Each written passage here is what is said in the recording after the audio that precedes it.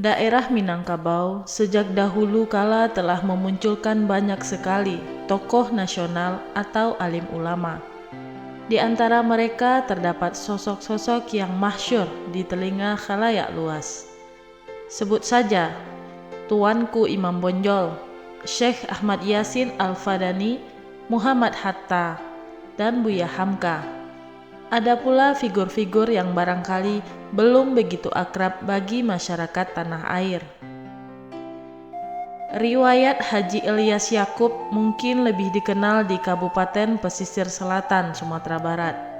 Di luar tanah kelahirannya, agaknya nama pahlawan tersebut masih perlu terus digaungkan, sebab perjuangan yang dilakukannya di sepanjang hayat patut menjadi teladan bagi generasi muda.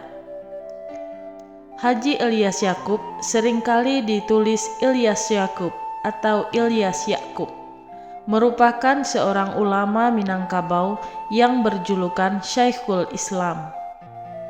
Tidak hanya berperan di dunia dakwah dan pendidikan Islam, lelaki kelahiran 14 Juni 1903 itu juga berkarya di dunia jurnalistik dan politik pergerakan. Alumnus Universitas Al-Azhar itu pernah menjadi wartawan yang menulis banyak artikel di surat-surat kabar terbitan Kairo. Ilyas Yakub berasal dari daerah Asam Kumbang, Bayang, Pesisir Selatan, Sumatera Barat. Ia adalah putra ketiga dari pasangan Haji Yakub dan Siti Hajar. Ayahnya merupakan seorang pedagang kain yang akrab dengan lingkungan syiar Islam. Maka sejak kecil dirinya memperoleh pendidikan yang amat baik. Yakub kecil sudah belajar ilmu-ilmu agama kepada kakeknya, Syekh Abdurrahman di Bayang. Saat itu kampung halamannya menjadi sentra pengajaran Islam. Ia juga menempuh pendidikan umum di Government Inland School Asam Kumbang. Setelah lulus dari sekolah itu, dirinya bekerja untuk mencukupi kebutuhan hidup. Antara tahun 1917 dan 1919, Yakub muda bekerja sebagai seorang juru tulis pada perusahaan tambang batubara Ombilin Sawah Lunto Sijunjung. Namun, ia kemudian memutuskan untuk keluar dari perusahaan tersebut. Hal itu dilakukannya sebagai bentuk protes terhadap pimpinan perusahaan asing itu yang memperlakukan kaum buruh lokal dengan sewenang-wenang. Saat usianya menginjak 16 tahun, Yakub akhirnya membulatkan tekad untuk memperdalam ilmu-ilmu keislaman kepada Syekh Abdul Wahab, guru yang kelak menjadi mertuanya. Melihat bakat Yakub, sang Syekh mengajaknya ikut ke Tanah Suci. Di Mekah, pemuda itu tidak sekedar menunaikan ibadah haji, ia juga menimba ilmu dari para ulama Masjidil Haram. Memasuki tahun kedua di Mekah, Yakub mendapatkan pesan dari gurunya di tanah air yang disampaikan melalui seorang jamaah haji Minangkabau. Ia disarankan untuk berangkat ke Mesir guna melanjutkan pendidikan. Dalam surat itu, sang guru mengutarakan kekhawatiran jika ia terlalu lama di Mekah mungkin akan dipengaruhi oleh paham Wahabi. Memang, aliran keislaman itu mulai menguat di Hijaz kala itu. Pada tahun 1923, Yakub mematuhi saran itu. Ia pun melanjutkan pendidikannya ke Mesir. Masa-masa di negeri piramida inilah yang membuatnya semakin tertarik dengan gagasan nasionalisme.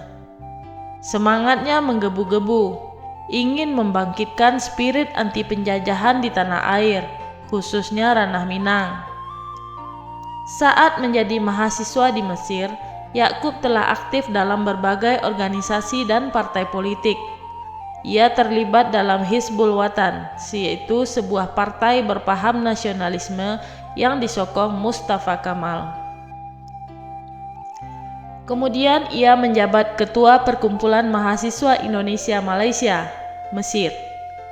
Selain itu, ia juga menjadi Wakil Ketua Organisasi Sosial Politik Jamiat Al-Khairiyah dan Ketua Difa Al-Watan atau Ketahanan Tanah Air. Tidak hanya aktif dalam gerakan politik yang peduli akan nasib bangsa yang terjajah, Ya'qub juga aktif menulis artikel. Tulisan-tulisannya dipublikasikan pada berbagai surat kabar di Kairo. Bersama seorang temannya yang bernama Mukhtar Lutfi, ia mendirikan dan memimpin redaksi majalah Seruan Al-Azhar dan Pilihan Timur. Yang pertama itu terbit bulanan dan menyasar kalangan mahasiswa. Adapun yang kedua merupakan majalah tentang politik. Semua terbitan ini banyak dibaca oleh mahasiswa Indonesia dan Malaysia yang sedang studi di Kairo. Pada akhirnya, pergerakan Ya'qub di ranah jurnalistik dan politik terdengar oleh pemerintah kolonial Belanda. Melalui perwakilannya di Mesir, rezim pemerintah mencoba merayunya agar tidak melawan.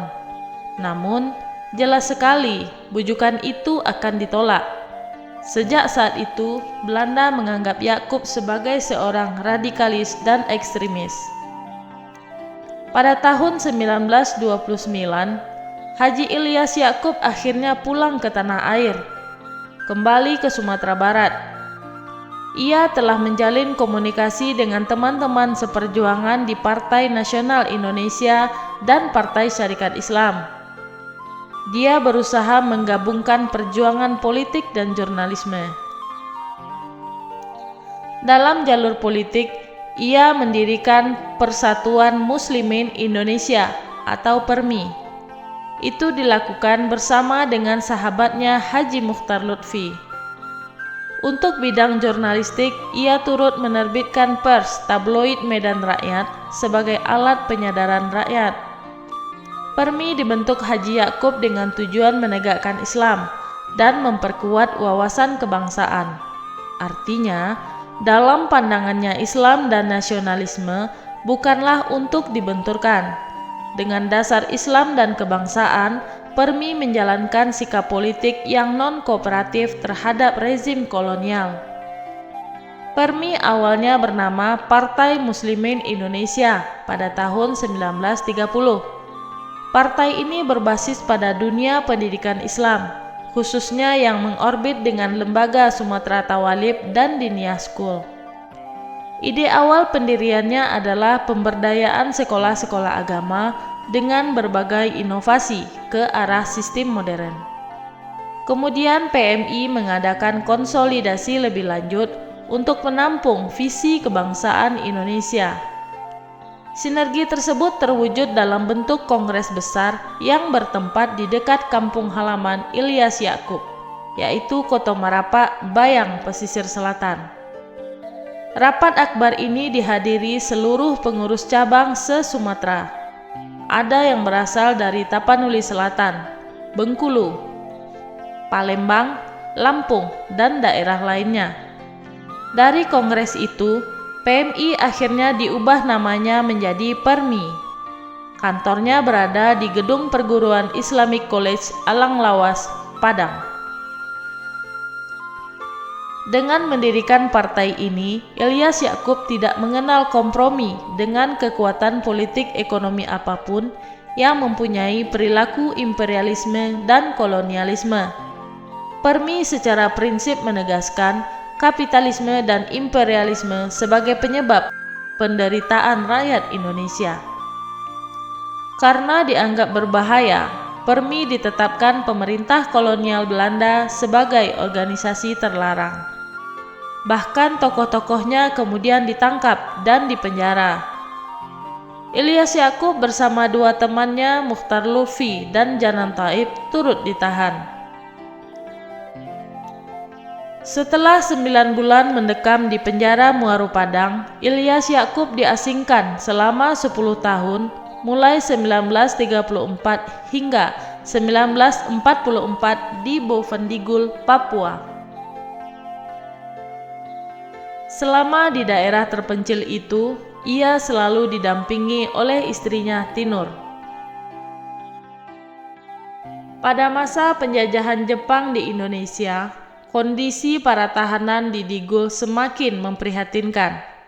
Kemudian mereka dipindahkan lagi ke daerah pedalaman Papua, tepatnya Kalibinawantaka. Sesudah itu Belanda mengasingkannya ke Australia. Ilyas Yakub selalu dibujuk untuk berkompromi dengan pemerintah kolonial. Namun, semangat jihad tidak pernah pudar. Pada Oktober 1945, para tahanan perang yang dipulangkan dari Australia ke Indonesia dengan kapal Esperance Bay. Namun, seperti yang diceritakan dalam buku Citra dan Perjuangan Perintis Kemerdekaan seri Perjuangan X Digul 1977, begitu kapal berlabuh di Tanjung Priuk, Jakarta, Ilyas Yakub dan sejumlah tahanan lainnya dilarang turun. Haji Ilyas Yakub kembali ditahan dan diasingkan bersama istrinya selama 9 bulan. Dia berpindah-pindah dari Kupang, Sarawak, Brunei Darussalam hingga ke Singapura. Di negara pulau itulah anaknya yang bernama Iqbal wafat. Masa tahanan Ilyas Yakub baru habis usai setahun. Pada tahun 1945, Bung Karno dan Bung Hatta memproklamasikan kemerdekaan Indonesia atas nama bangsa Indonesia. Ia pun bergabung dengan barisan Republik yang tengah berjuang mempertahankan kemerdekaan dari ambisi Belanda yang ingin berkuasa kembali. Pada tahun 1948, ia ikut bergerilya dan membentuk Pemerintahan Darurat Republik Indonesia atau PDRI. Mr. Syafruddin Prawira Negara menerima amanah sebagai ketuanya. Adapun Ilyas Yakub mendapat tugas menghimpun kekuatan politik dari seluruh partai di Sumatera untuk melawan agresor Belanda. Setelah pengakuan kedaulatan RI, Yakub mengabdikan diri untuk negara dan daerahnya melalui parlemen. Ia pernah menjabat sebagai Ketua DPR Sumatera Tengah. Kemudian terpilih lagi sebagai anggota DPRD Wakil Masyumi dan merangkap sebagai penasehat Gubernur Sumatera Tengah bidang politik dan agama. Sebagai ulama dan tokoh ulama Islam, Haji Ilyas Yakub telah banyak mendirikan lembaga pendidikan Islam. Semasa hidupnya, ia telah mengisi lembaran sejarah Indonesia. Karena itu, pemerintah Provinsi Sumatera Barat memberikan penghargaan pada Ilyas Yakub sebagai pejuang. Sejak tahun 1999, namanya diakui sebagai seorang pahlawan nasional.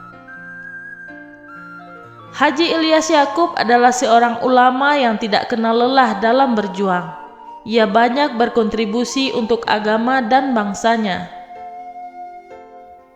Tokoh dari Sumatera Barat ini wafat pada Sabtu, 2 Agustus 1958. Ia meninggal di sebuah rumah kayu sederhana. Jenazahnya dimakamkan di depan Masjid Raya Al-Munawwarah, Kota Barapak, Bayang, Kabupaten Pesisir Selatan. Tempat ibadah itu sesungguhnya juga menjadi saksi bisu perjuangannya dalam membela Islam dan kedaulatan RI. Persatuan Muslimin Indonesia yang dibentuknya pada masa kolonial Belanda lahir di rumah dekat masjid tersebut. Masyarakat Barapak dan Minang pada umumnya mengenang alumnus Kairo tersebut sebagai pribadi yang inspiratif. Walaupun pihak Belanda pernah membuangnya ke Bovendigul, semangat perjuangannya tidak turut padam. Beruntung, ia masih diberi umur oleh Allah untuk menyaksikan negerinya bebas merdeka pada 17 Agustus 1945. Pada masa Presiden Soekarno, Ilyas Yakub bergabung dengan Partai Masyumi. Ia juga pernah menjabat sebagai Ketua Dewan Perwakilan Rakyat Sumatera Tengah. Sosok ini juga menjadi penasihat gubernur setempat untuk urusan politik dan agama. Haji Ilyas Yakub juga dianugerahi tanda kehormatan Bintang Mahaputra Adi Pradana atas jasa-jasanya dalam perjuangan nasional. Tidak hanya itu, kepahlawanan Ilyas Yakub juga diabadikan dengan pemberian namanya kepada gedung olahraga dan jalan raya setempat. Di Kabupaten Pesisir Selatan, dekat gerbang Kota Painan, terdapat sebuah patung yang merepresentasikan tokoh ini. Cara ini merupakan cara yang baik untuk mengenangnya dalam meneruskan perjuangannya.